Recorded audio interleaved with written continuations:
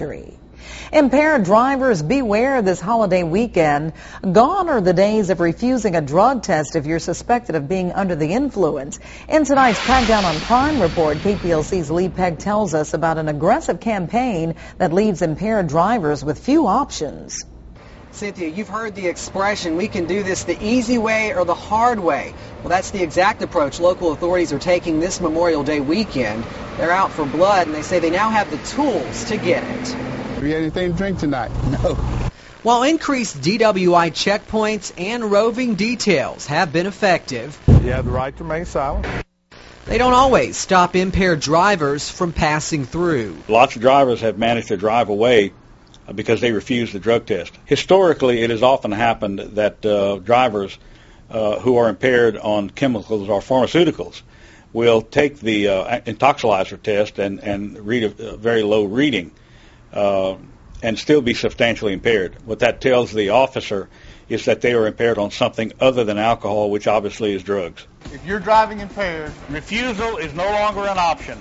This holiday weekend starts the no refusal policy here in Calcasieu Parish.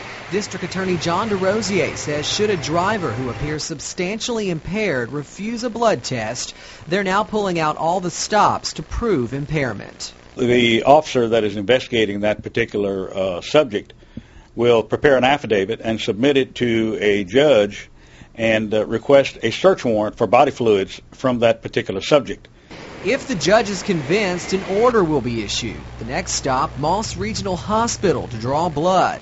Officers say they look forward to working with this new tool. We have the deputies' observations. We have videotape of their field sobriety testing, but this is going to be even more evidence and a stronger case to help combat impaired driving in this parish.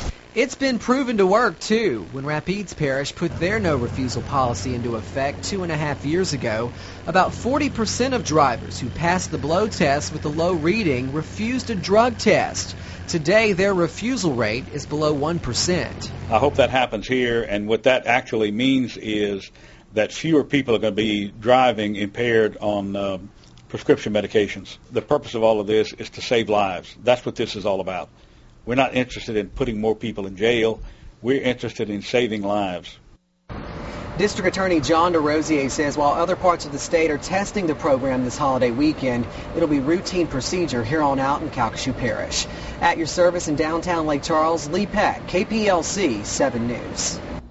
And just in case you were wondering, all cost of the blood test will fall on the suspects should they be found guilty.